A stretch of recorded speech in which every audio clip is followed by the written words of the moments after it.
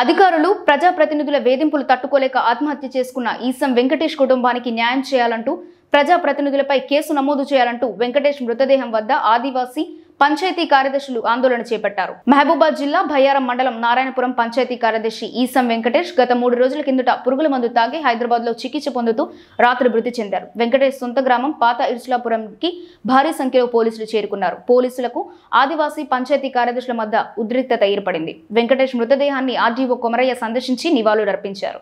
స్థానిక ప్రజాప్రతినిధులపై కేసు నమోదు చేయాలని, వెంకటేష్ భార్యకు ఉద్యోగం కల్పించి కుటుంబాన్ని ప్రభుత్వం ఆదుకోవాలని డిమాండ్ చేస్తూ ఆందోళన చేపట్టారు.